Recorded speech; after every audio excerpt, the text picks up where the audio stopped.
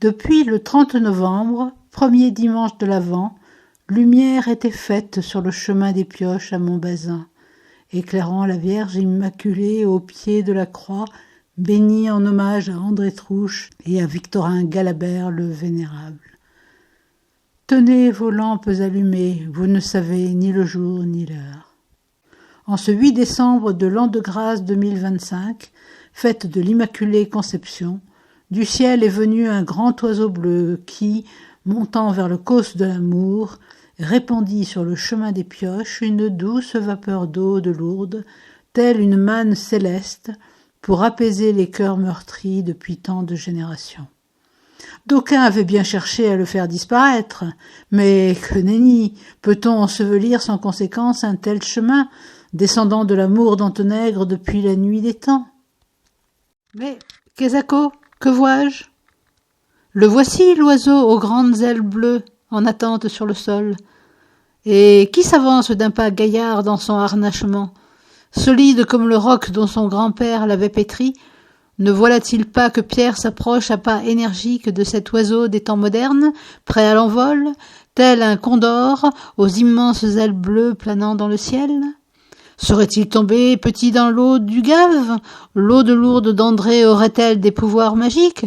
Bonne mère, un pas de deux, de ci, de là, et hop! Et c'est parti, en avant, tenant bien les guides de son char aérien, et œil de faucon sur le front.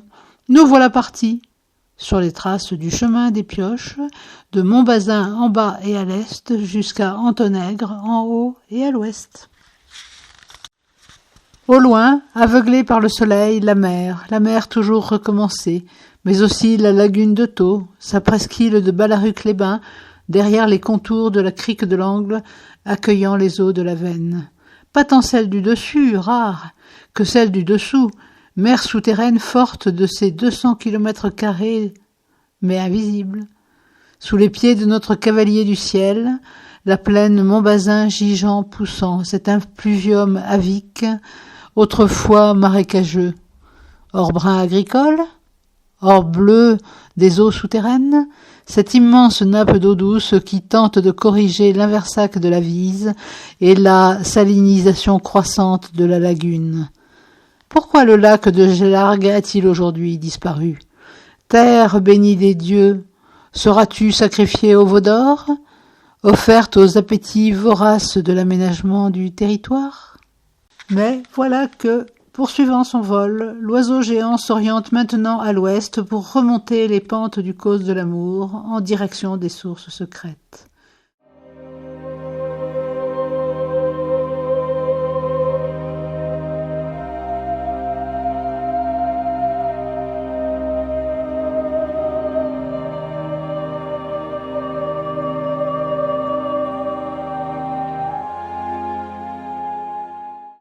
Sous les pieds du cavalier céleste, ne voilà-t-il pas maintenant le château d'eau de l'amour d'Antenègre, ou Antonègue, ermitage secret dont l'accès par le chemin des Pioches, dit aussi d'Antenègre, avait disparu sous des buissons épineux? Bastion rocheux dominé par les vibrations assourdissantes des pales d'éole, l'oppidum d'Antenègre et son antre secret de la Baumasse s'ouvrant à flanc de falaise, domine les deux gorges d'écoulement des eaux, le ravin de la combe de la Baume à droite et le valate du plan de la Sellette vers les Houlettes à gauche. La grotte de la Baumasse d'Antenègre n'est-elle pas comme l'origine du monde, source des eaux qui dévalent le chemin des Pioches, chemin né des écoulements gravitaires du château d'eau d'Antenègre, afférent majeur de la veine souterraine vers Issanca et le gouffre de la Vise? C'est ainsi qu'en ce jour béni de l'Immaculée Conception, et dans sa grande bienveillance, le petit-fils d'André répandit tout au long de son survol du chemin des Pioches, de Montbazin jusqu'à Antenègre, un doux nuage vaporeux d'eau de Lourdes, pieusement conservé dans la maison familiale de Victorin Galabert. Veillez et priez, car vous ne savez ni le jour ni l'heure. Et, foi d'animal, une goutte de la grotte ne peut qu'améliorer la vision, en évitant bien sûr de se mettre le doigt dans l'œil. L'œil ou le nez? Quelle fumée! Ici-bas, au village, après nos lapins pirouettes et girouettes de Garenne, par les fumets et odeurs alléchées, nos furets et furettes s'agitent encore et toujours, explorant sans relâche nos garrigues et ripisylves de fond en comble. Et ne voilà-t-il pas que notre petit Zorro Diego vient à son tour renifler l'eau bleue de notre chemin, sans dessus-dessous, c'est ici de tradition, mais le doute n'est plus permis. Quel trésor vient-il de déterrer? L'argent n'a pourtant point d'odeur. Un pied de calvaire renversé, fine truffe de Montbazin. La ritournelle des messes basses va-t-elle un jour s'arrêter?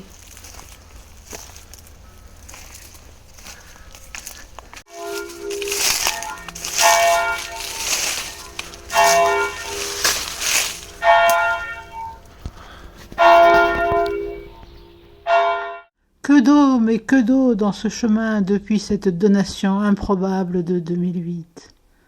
Que de procédures, des tonnes de procédures souvent tordues depuis ce jour de 2015 où Pierre avait été poussé à détruire ce mur illégal.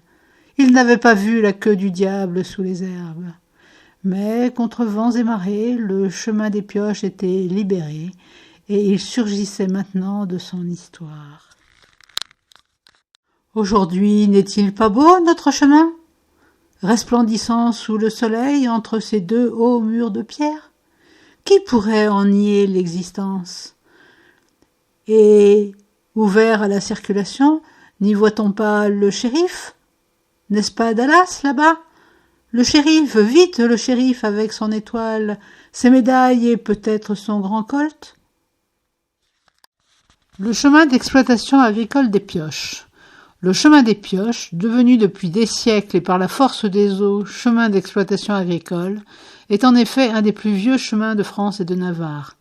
Des entrailles de la terre d'Antonègre, il amène l'eau de la vie vers les hommes ici-bas, canalisant les inondations et organisant le parcellaire agricole.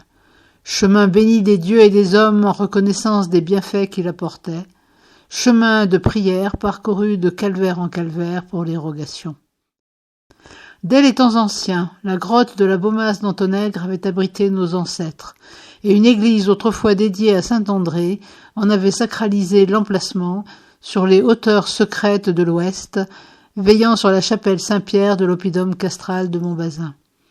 Mais, ce jour-là, 8 décembre, fête de l'Immaculée Conception, les hautes terres, hélas, se taisaient, et les hommes se terraient en leurs ombres. Sourds aux incantations d'Élie le prophète, face aux 40 tribus, et les lamentations de Jérémie ne résonnaient plus, s'égarant entre vents et nuages amoncelés. Les sources désormais épuisées assèchent maintenant les terres et les cœurs. Je suis la voix qui crie dans le désert. Tenez vos lampes allumées, vous ne savez ni le jour ni l'heure.